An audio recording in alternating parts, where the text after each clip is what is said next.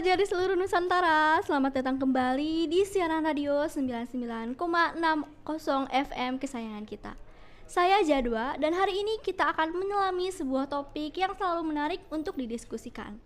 Makna, nilai, dan norma di balik program pengiriman siswa bermasalah ke barak militer. Istimewanya, selain dua informan muda kita, Kalila dari 10.5 dan Rido dari 10.7, kita kedatangan narasumber utama nih, Bapak Wahyu Saputra, seorang pakar pendidikan. Selamat datang Bapak Wahyu, Kalila dan Rido. Halo Jadwa, halo Sobat Belajar. Halo semua, senang bisa berdiskusi lagi. Selamat pagi Jadwa, Kalila, Rido, dan para pendengar. Terima kasih atas undangannya. Oke, langsung saja kita gunakan kerangka 5W1H. Kalila, untuk kuat atau apa sebenarnya esensi dari program pengiriman siswa ke barak militer? Ini dari kacamata seorang siswa. Menurut saya, Jadwa, program ini semacam terapi kejut atau pembinaan intensif di lingkungan yang sangat berbeda dari sekolah. Tujuannya untuk siswa yang mungkin perilakunya sudah dianggap di luar batas wajar, agar mereka bisa riset dan belajar disiplin. Terapi kejut menarik nih, Pak Wahyu. Apakah definisi atau konteks yang lebih mendalam mengenai WAT?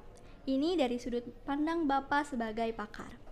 Benar apa yang disampaikan Kalila. Sebagai persepsi umum, secara konseptual, program ini adalah salah satu bentuk intervensi perilaku yang menggunakan model kedisiplinan tinggi, terstruktur, dan terkadang berorientasi fisik mental ala militer. Tujuannya memang untuk membentuk ulang perilaku melalui penanaman nilai dan norma secara intensif dalam periode singkat, namun penting untuk dilihat sebagai bagian dari spektrum pendekatan, bukan solusi tunggal.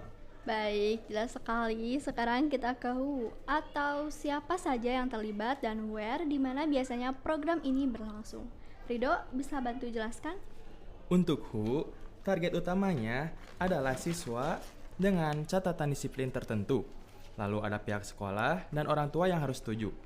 Dan tentu saja instruktur atau fasilitator dari pihak militer atau lembaga pelatihan bela negara. Where-nya ya seringnya di fasilitas militer, pusat pelatihan, atau tempat yang memang didesain untuk kegiatan semi militer. Oke, nah Pak Wahyu, apakah ada kriteria khusus untuk fasilitator atau instrukturnya? Mengingat mereka berhadapan dengan remaja.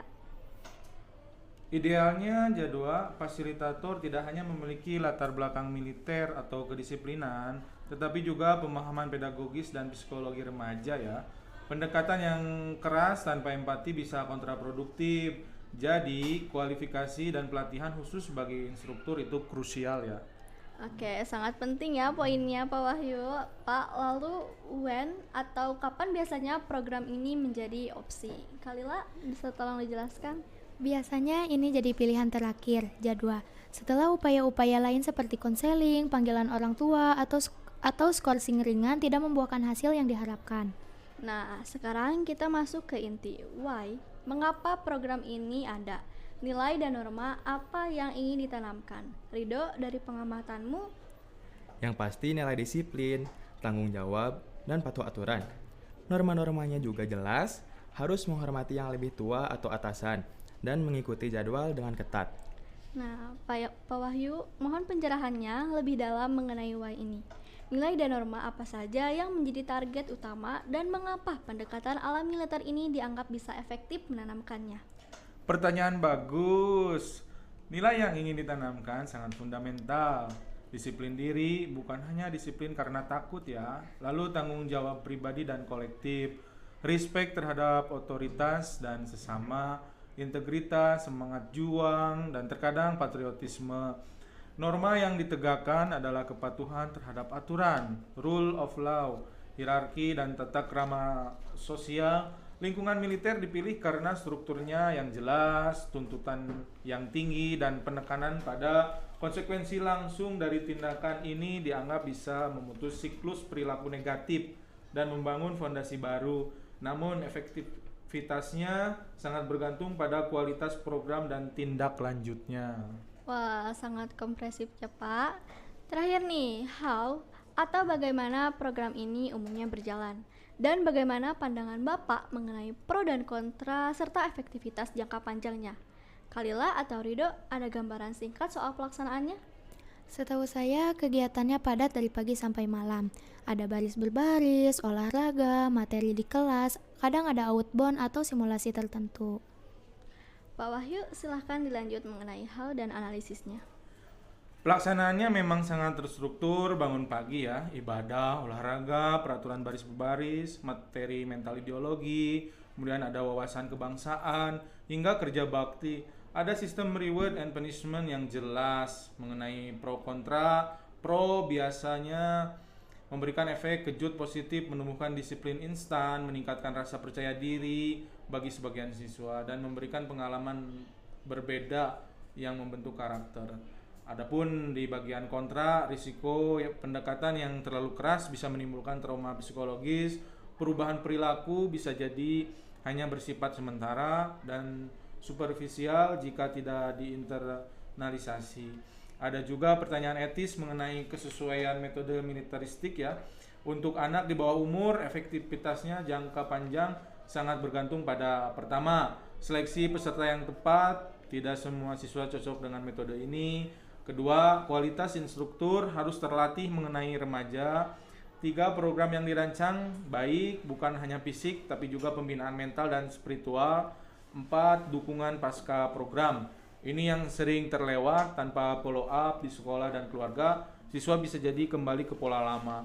Alternatif lain seperti restoratif justice ya, konseling intensif, program mentoring atau community service yang terstruktur juga perlu dipertimbangkan sebagai bagian dari sistem pembinaan yang lebih holistik. Oke, luar biasa Pak Wahyu, penjelasannya sangat mendalami dan berimbang. Kalila Ridho, ada tanggapan singkat atau pertanyaan terakhir mungkin untuk Pak Wahyu? Saya jadi lebih paham, Pak, bahwa ini bukan solusi instan dan butuh banyak faktor pendukung ya. Benar, pentingnya pendampingan setelah program itu jadi kunci. Tepat sekali, pembentukan karakter adalah proses berkelanjutan, bukan proyek sesaat. Betul sekali, waktu kita terbatas ya, namun diskusinya sangat kaya. Jadi, program pengiriman siswa ke barak militer bertujuan menanamkan nilai dan norma penting. Namun, implementasi, pengawasan, dan tindak lanjutnya menjadi faktor krusial untuk efektivitas jangka panjang. Serta perlu pertimbangan kesesuaian dengan prinsip-prinsip pendidikan yang humanis. Terima kasih Bapak Wahyu Saputra atas ilmu dan waktunya, juga untuk Kalila dan Ridho. Semoga Sobat Belajar mendapatkan pencerahan. Sampai jumpa di episode berikutnya. Bye bye. Bye-bye. Bye-bye.